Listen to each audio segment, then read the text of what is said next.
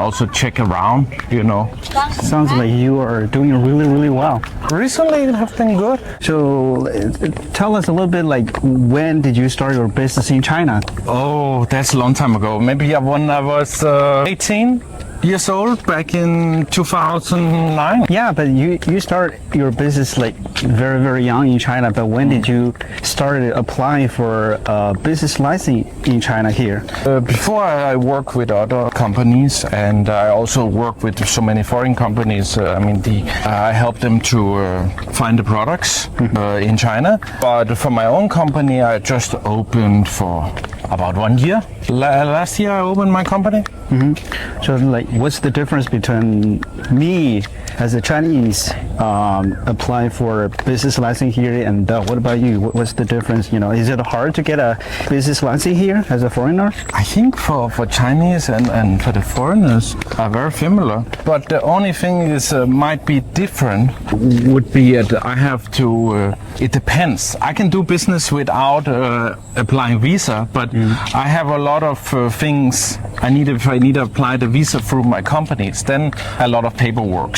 Oh yeah. But otherwise, I think everything is the same. There's some special quotas I have to reach, like address and stuff like that. If I do not need a visa from my own company, let's say I work for another company and I get visa from them, or let's say something else. I was here on whatever, travel. I can still open up a company and without getting visa, then I do not need I guess the rules are the same for you and me. Okay, so before you also told me like you have to put in a certain amount of money in your bank account and pay taxes, and how does it work? Yeah, you have to pay taxes, and you also have to pay when you're applying for the visa, you have to pay the social security. If you don't pay the social security, then it's not good. After, if you, for example, you need to renew your visa, you might get some trouble because you live in China, you don't pay social security, that's not good. And also, let's say you have children, you cannot go to school. And also if you get hurt, then you have to pay for everything, your hospital yourself. But if you pay for social security, let's say your children can go to school, hospital, retirement. You can get retirement when you get old. Speaking of the paperwork, like how much is the paperwork you have to do like before you get a business license, and usually how long can you get a business license? This is quite easy, maybe just a few weeks to open company and business license. This is quite fast, but it's like 2 steps. If you need to get visa from your company and you operating business, there's 2 different, things, But opening a company and doing business is quite easy, and you can also work with many other companies. Sounds you've been doing well, right? What are some problems you are facing right now? If you don't know how to set up the company, it's a little bit troublesome, when you don't understand Chinese. But now I've been through the whole process, and now I also help other foreigners to set up companies. But it's a little bit challenging because many of the paperwork is all in Chinese, and many things, many documents takes a long time. But when you know the procedure, then, it's just accounting, but we have the, company taking care of the accounting for us, so we don't have to do it ourselves. Anyway, so how's your business been lately? It's okay. So what's your like a core business? Like what most business are you doing? Of course, I've been in the jewelry industry for 10 years.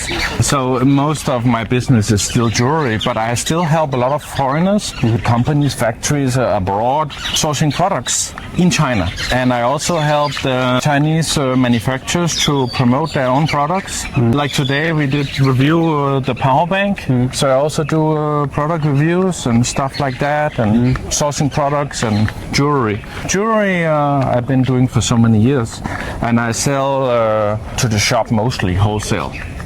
Do they need some basic requirements, like say you've been living here for like certain years, like any basic requirements they allow you to start your business and apply for a business license? No, you just have to for business license you just have to open a company.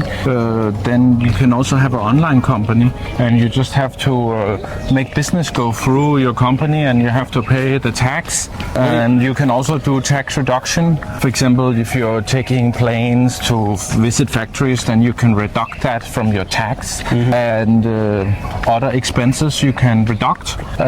This is pretty much straightforward. I think it's not too complicated, you know. It's similar to running a business in another country. It's nothing like super special about that.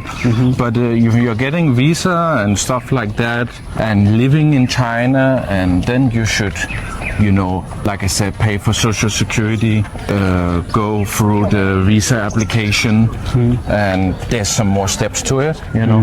So regarding to me, I'm in fact not on work visa. I'm on business visa because my partner, she is on her work visa from our company, but I don't have a bachelor degree because I'm dyslexic. I don't read and write.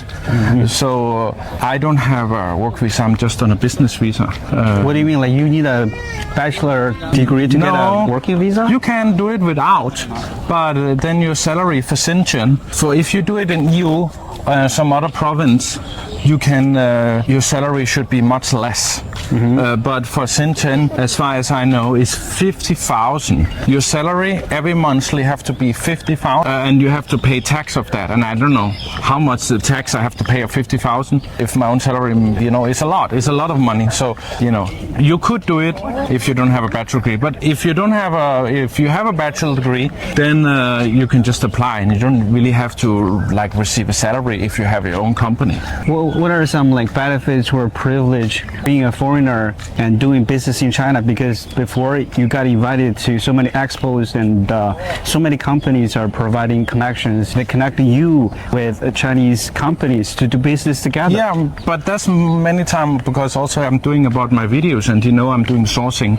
so they really like to invite me, and I'm doing my social media, and so they like to invite me. So yeah, but you get a lot of chances. But sometimes, you know, the Chinese manufacturers, you know, they put the price quite high when they see foreigners. And also in these expos, sometimes I feel the price is quite high than if you contact them normally, because they add the price for the, you know, they're setting up and stuff, you know, they're renting the expo fees, you know. Go this way, okay, But yeah, you should just chat more about the prices and also check around, you know. Sounds like you are doing really, really well. Recently it has been good. Recently it's been quite good. And another thing I want to tell you, if you just want to buy products from China and you want to sell it in another country, you basically do not need to open a company. You can just work with other companies, like my company. You can let me help you to source the products.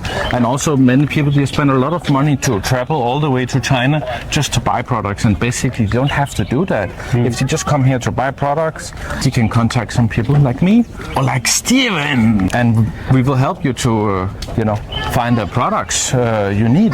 You know, you're going to save much more money if you ask us to find the products for you. And yeah.